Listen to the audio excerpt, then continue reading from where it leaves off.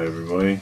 Now I've had some great comments and questions about this chap, my little Ork boy. One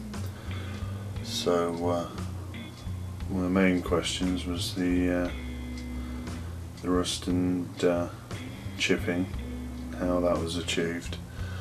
So I'm just going to do a little tutorial, show you how I did that, and then I'll mention at the end about the paints I use for the skin as well. Yeah, this is the sponge technique I normally use, plus a little other things. So just a piece of blister sponge we're going to need, or any sort of sponge will do, as long as it's not too dense, you know. You won't need the air bubbles in it, and that's what gives the effect.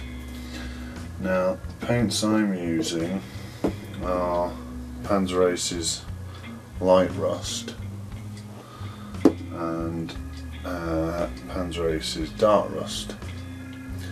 Now, you could easily substitute that for a dark brown, or mix a brown with black, a bit of black or something like that. So it's a nice dark browny colour. This is slightly red as well. And then the Light Rust, you can see there is a very sort of orangey brown, so you could easily substitute that for something else. And then I'm just going to use some one layer chrome for the tip of the axe. It's not an axe on this one. So all we're working on here is a boy with a big chopper. So let's start. We'll start with the dark rust first, and I'll just put a drop of that on my palette. Don't need to dilute it or anything. Just going to use it neat. Now you can see that this is all being painted up. So I had all its highlights done and everything. You can see there's different shades on the yellows and everything. That's already pre-done. So now I'll just take a bit of sponge. We'll get a bit of paint on the sponge, and then we'll just dab it until it's not too thick on the paper, the pattern. And then it's just a case of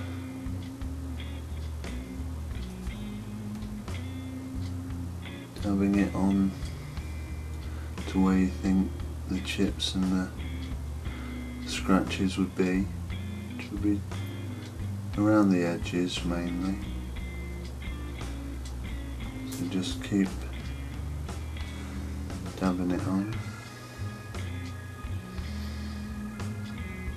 nice and random.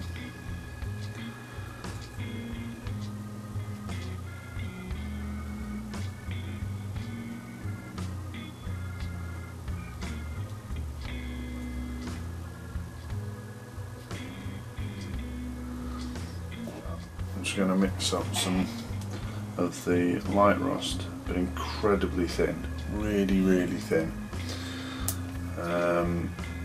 so that I can just stick that in the edges. Use it like a bit of a targeted wash to get the Light Rust colour sitting in some of the recesses. Now you could always add some other additives to this if you've got some Vallejo, do a glaze medium, which will just help it flow a bit, but you don't need to. I'm just trying to get it sat in the recesses where we think the rust will be.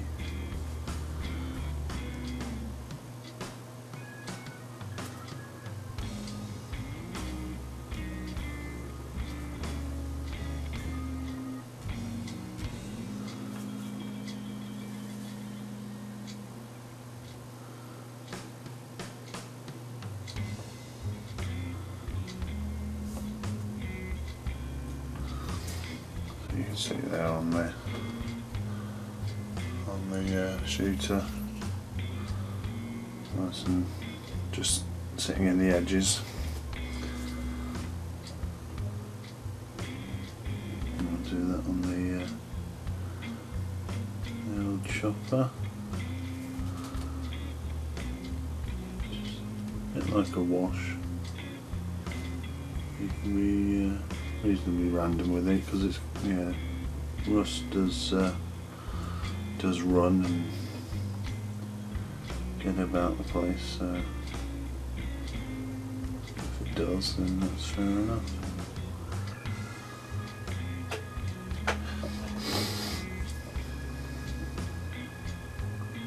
So now the next stage is I'm going to use a old knackered brush, which I've cut the bristles off the end. This was I think it was Studio McVeigh I watched, where he did his level damage with a brush like this. I prefer the sponge for the bulk of it, but this is a handy little thing for a bit of the finer details.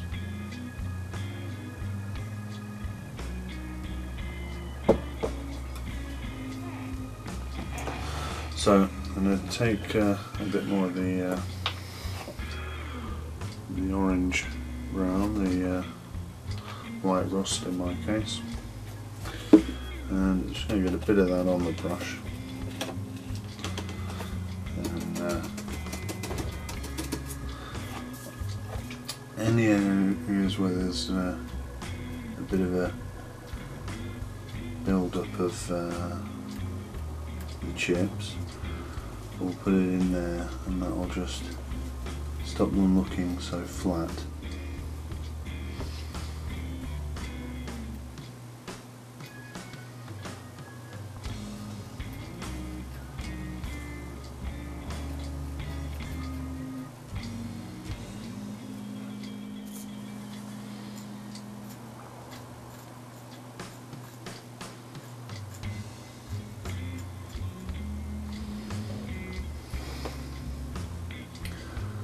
Now the actual blade was done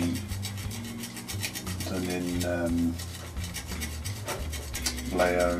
Model A's gunmetal, and then washed with Devlin mud, which has given us a nice dirty, dulled blade. But the Orks don't just mistreat their weapons, they use them, so there's going to be some fresh scratches along the chopping edge, the business end. So just like we've done just now with the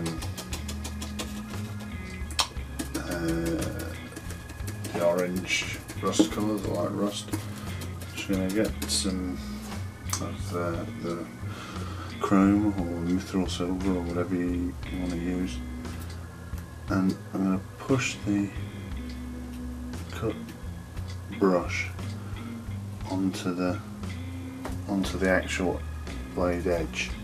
So I'm actually splitting the bristles in half there, and this will give it a nice sort of lines down the side, you know, scratching as it's cutting. And if you want any long ones, you can just drag the actual bristles a bit further down. So that just gives it a bit of a slightly shinier, scratched blade edge. I don't know how well that's way over in the camera, but the actual cutting edge has quite a nice shine now. So that's about it really. That's all I did for the effect. So as we can see there, he's looking much more battle worn and weary. So that's it. That's how I do my Ork battle of effects, my weathering and my chipping. Now the skin, I had some questions about that. These were base coated white first, which is not the normal practice for painting orcs, but I wanted this more muted tone, and if you're working from black then or a dark base coat, the temptation is to use more greens and strong greens, and I wanted a much more muted skin tone. So I went from white, which I could use quite a muted green, which was this Splinter Stripes from Panzer Aces, which is a nice sort of fatigue, sort of olivey green. Then I did the shadows with the dark rust colour, so it's your dark brown, your reddy brown, just to give the shadows another dimension. Like I say, if I used another green, it would start looking too green and too bright for what I was trying to achieve. And on the same basis, the highlights were done using model colour, German camouflage beige. So just mixed that in with a bit of the green for the highlights. So the highlights were nice and subtle and muted as well. And that's all I used for the skin colour. The yellow is model colour yellow ochre, I think, which is just a slightly more mustardy colour than normal yellow, so I thought that was quite a nice yellow to use for the bad moons. So anyway, I hope this helps, and